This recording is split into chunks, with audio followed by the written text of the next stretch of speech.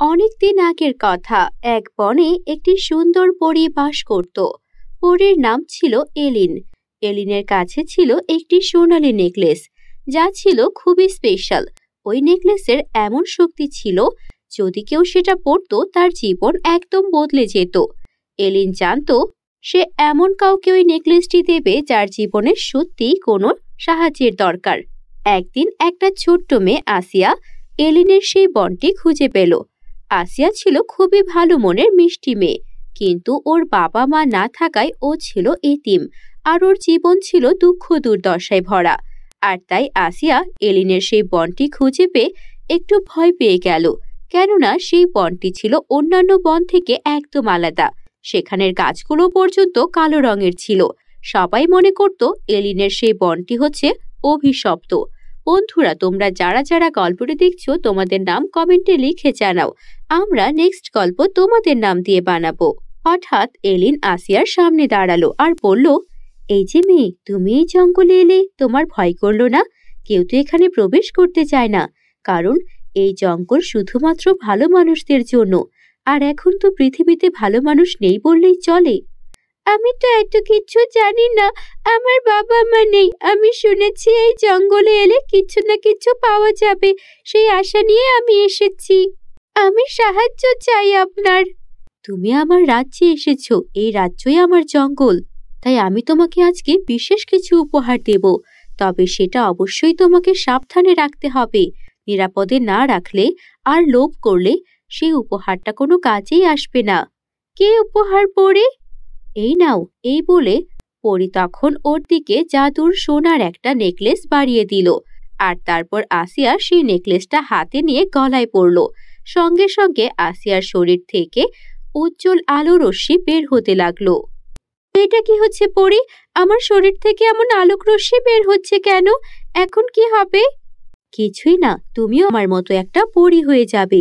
যেহেতু তোমার আত্মীয় স্বজন কেউ নেই, তাই এখন থেকে আমি তোমাকে আমার কাছেই রাখবো।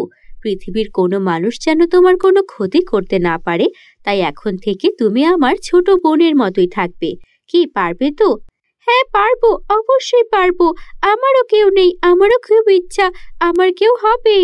এই সব কিছু দূর থেকে দাঁড়ানো এক ডাইনি দেখছিল আর বলতে থাকে, খুব শখ, একটা মানুষকে পরী বানানো হচ্ছে। আর এত বছর ধরে আমি এই জঙ্গলে আছি, আমাকে কোনো সুবিধা দেয় না, পারলে আমাকে মারতে আসে। আমি ওর ওই বোন আছিয়াকে এমন ভাবে লুকাবো যে পরী ওর খোঁজই পাবে না। আর ওর থেকে ওই বিশেষ জাদুর নেকলেস পরে আমি হয়ে যাব পরী। সুযোগ বুঝে ডাইনিটা তাই করলো। আসিয়া জঙ্গলে খেলা করছিল, তখন ডাইনিটা আসিয়াকে কিডন্যাপ করলো আর তারপর ওর গলার থেকে নেকলেসটা খুলে নিজের গলায় পরে নিল। এখন আমিও পরী হয়ে যাব, আর পরী সেজে মানুষের মধ্যে প্রবেশ করে যাকে ইচ্ছা তাকে শিকার করব। আর তারপর মানুষের তাজা তাজা মাংস খাওয়া থেকে আমাকে কেউ আটকাতে পারবে না। এদিকে আসিয়া বন্দি ছিল আর ও চিৎকার করছিল সাহায্যের জন্য। পরী, তুমি কোথায়? আমাকে উদ্ধার করো, এই ডাইনিটা আমাকে বন্দি করে রেখেছে। পরী, তুমি কোথায়? পরী আসিয়াকে একটা জাদুর আংটিও দিয়েছিল। পরী, আমি তোমাকে মনে করছি। ডাইনি আমাকে বন্দি করে রেখেছে আর নেকলেস পরে নিজে পরী হয়ে গেছে।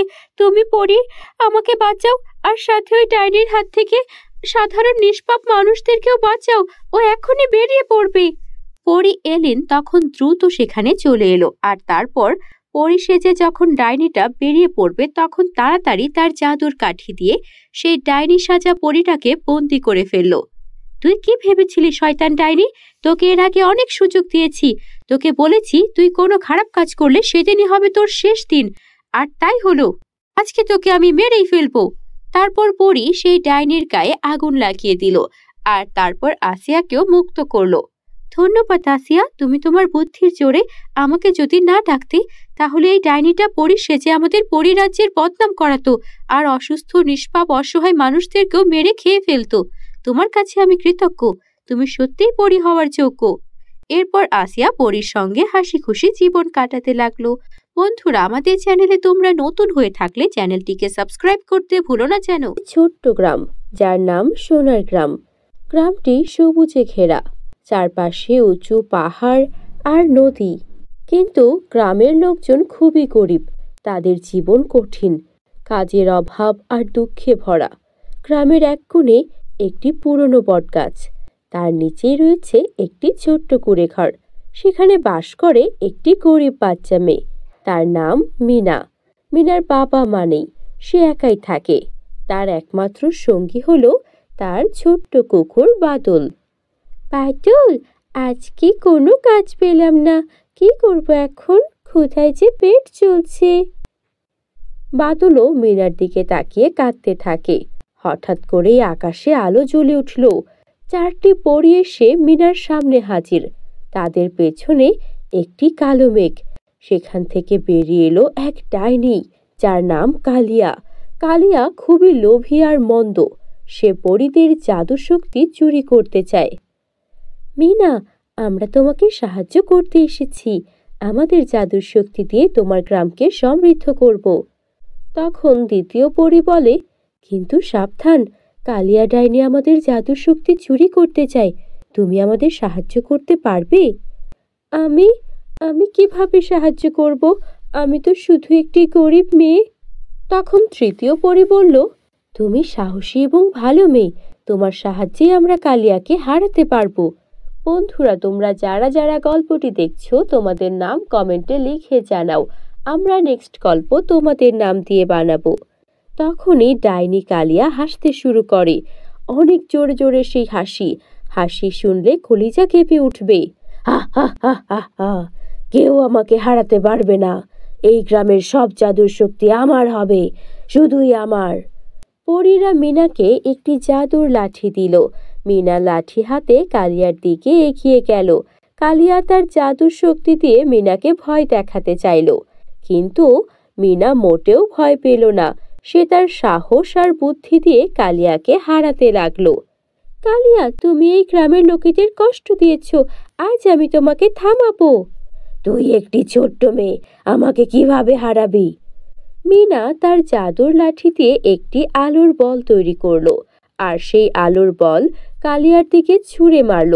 কালিয়া আলোর বলের সামনে টিকতে পারল না। সে চিৎকার করে পালিয়ে গেল। কালিয়া পালিয়ে যাওয়ার পর পরীরা তাদের জাদুর শক্তি দিয়ে গ্রামকে সুন্দর করে তুলল। গাছগুলোতে ফল ধরল, নদীতে পরিষ্কার পানি বয়ে গেল। গ্রামের লোকজন খুশিতে নাচতে লাগলো। ধন্যবাদ মিনা, তুমি আমাদের বাঁচিয়েছ। ধন্যবাদ আপনাদের, আপনারা না এলে আমি কিছুই করতে পারতাম না।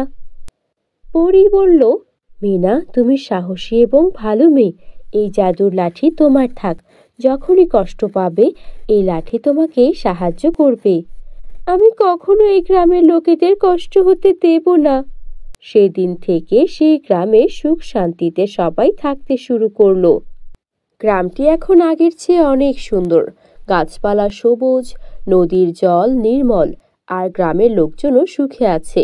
কিন্তু মিনার মনে এখনো একটি ইচ্ছে রয়েছে। সে চায় তার গ্রামটি সত্যি সোনার গ্রাম হয়ে উঠুক, যেখানে সবাই সম্পদে ভরপুর হবে, কেউ কখনো অভাবী হবে না। বাদল, আমাদের গ্রাম এখন অনেক সুন্দর, কিন্তু আমি চাই এখানে সবাই সম্পদশালী হোক, কেউ যেন আর কষ্ট না পায়। মিনার দিকে তাকিয়ে বাদল লেজ নাড়ে। হঠাৎ আকাশে আবারও আলো জ্বলে ওঠে। চারটি পরী আবারও মিনার সামনে হাজির হয়। পরী বলে, মিনা, আমরা তোমার ইচ্ছা শুনেছি। তুমি চাও তোমার গ্রাম সোনার গ্রাম হয়ে উঠুক? হ্যাঁ, আমি চাই, কিন্তু কিভাবে সম্ভব? আমাদের জাদু শক্তি দিয়ে আমরা তোমার গ্রামকে সোনার গ্রামে পরিণত করতেই পারি, কিন্তু মনে রাখবে, সম্পদ সবসময় সুখ নিয়ে আসে না। আমি বুঝেছি, আমি চাই সবাই সুখে থাকুক। তাহলে তোমার ইচ্ছা পূরণ করব, কিন্তু সাবধান, সম্পদের লোভ যেন কাউকে মন্দ না করে তোলে। পরীরা তাদের জাদুর লাঠি উঁচু করে গ্রামের দিকে তাক করল। হঠাৎ আকাশে ঝলমল আলো ছড়িয়ে পড়ল। গ্রামের প্রতিটি ঘর, গাছ, নদী, এমনকি পাথরও পর্যন্ত সোনায় পরিণত হতে লাগলো। গ্রামের লোকজন অবাক হয়ে সব দেখতে লাগলো। আমাদের গ্রাম সোনার গ্রাম হয়ে গেল। ধন্যবাদ মিনা, ধন্যবাদ পরীরা। ধন্যবাদ আপনাদের, এখন সবাই সুখে থাকবে। কিছুদিন পর গ্রামের লোকজন সম্পদের লোভে পড়ে গেল। তারা একে অপরের সাথে ঝগড়া করতে লাগলো, কে কত সোনা পাবে তা নিয়েই বিবাদ শুরু হয়ে গেল। এই সোনার গাছটা আমার, তুমি এটা ছুঁয়ো না। না, এটা আমার জমিতে, তুমি চুরি করেছো। মিনা দেখল যে তার ইচ্ছার ফলে গ্রামের চারিদিকে অশান্তি ছড়িয়ে পড়েছে। মা ছেলের সঙ্গে ঝগড়া করছে, বউ স্বামীর সঙ্গে অশান্তি করছে। সবাই শুধু সোনা কালেক্ট করার জন্য একে অপরের প্রতি দুর্ব্যবহার করছে। আর আগের মতো গ্রামে কোনো সুখ শান্তি নেই। পুরো গ্রাম সোনার হয়ে যাওয়া সত্ত্বেও মানুষের লোভের কমতি নেই। সবাই শুধু আরো বেশি বেশি সোনার পাহাড় করতে চায়। যা আছে তা নিয়ে কেউ আর আগের মতো সন্তুষ্ট নয়। তখন মিনা ওর পোষা কুকুর বাদলকে আদর করতে করতে বলে, বাদল, আমি ভুল করেছি, সম্পদ সবাইকে সুখী করতে পারিনি, এখন কি করব? মিনা আবারও পরীদের ডাকলো। পরীরা আবার মিনার সামনে হাজির। তখন পরীরা বলে, মিনা, আমরা তোমাকে সতর্ক করেছিলাম তো, সম্পদের লোভ মানুষকে মন্দ করে তোলে। আমি বুঝেছি, এখন আমি চাই সবকিছু আগের মতো হয়ে যাক। সম্পদ নয়, শান্তিই সবচেয়ে বড় সম্পদ। তাহলে আমরা আবার জাদুর শক্তি ব্যবহার করব, কিন্তু এবার সবাইকে সতর্ক করে দিও, লোভ যেন কাউকে মন্দ না করে তোলে। পরীরা আবার তাদের জাদুর লাঠি উঁচু করে আকাশে জল করে উঠল। গ্রামের সব সোনা আবার আগের মতো হয়ে গেল। গাছপালা সবুজ, নদীর জল নির্মল, আর গ্রামের লোকজন আবারও শান্তিতে থাকতে লাগলো। গ্রামের লোকজনও এটা বুঝতে পারলো যে সম্পদ নয়, শান্তি সবচেয়ে বড় সম্পদ। তারা মিনাকে ধন্যবাদ জানালো। মিনা, তুমি আমাদের শিখিয়েছো যে শান্তি সবচেয়ে বড় সম্পদ। আমরা এখন আর লোভ করব না। তুমি আমাদের পুরো গ্রামটাকে জাদু দিয়ে সোনা বানিয়ে দিয়েছিলে, কিন্তু আমাদের মধ্যে থাকা লোভ আমাদের এই সোনাকে ধরে রাখতে দেয়নি। আমরা নিজেদের মধ্যেই ঝগড়া বিবাদে জড়িয়ে পড়েছিলাম। তাই আমাদের জন্য আমাদের গ্রাম এখন যেমন আছে তাতেই ঠিক আছে। আমরা দুবেলা কম খেতেও রাজি আছি, কিন্তু এভাবে নিজেদের সংসারে নিজেদের আত্মীয় স্বজনদের সঙ্গে ঝগড়া করে আমরা শান্তিতে কখনোই ছিলাম না। তোমাকে সত্যিই অনেক ধন্যবাদ। আমিও চাই সবাই সুখে থাকুক। আমি এই গ্রামটাকে সোনার গ্রাম করেছিলাম এই ভেবেছি সম্পদে পরিপূর্ণ হলে সুখ আসবে, কিন্তু সুখ তো পরস্পরের প্রতি ভালোবাসায়। বাদলও খুশিতে লেজ নাড়তে থাকে। বন্ধুরা, তোমাদের গল্পটি ভালো লাগলে একটা লাইক করে দিও, আর আমাদের চ্যানেলে তোমরা যদি নতুন হয়ে থাকো চ্যানেলটিকে সাবস্ক্রাইব করতে ভুলো না যেন। Bye bye.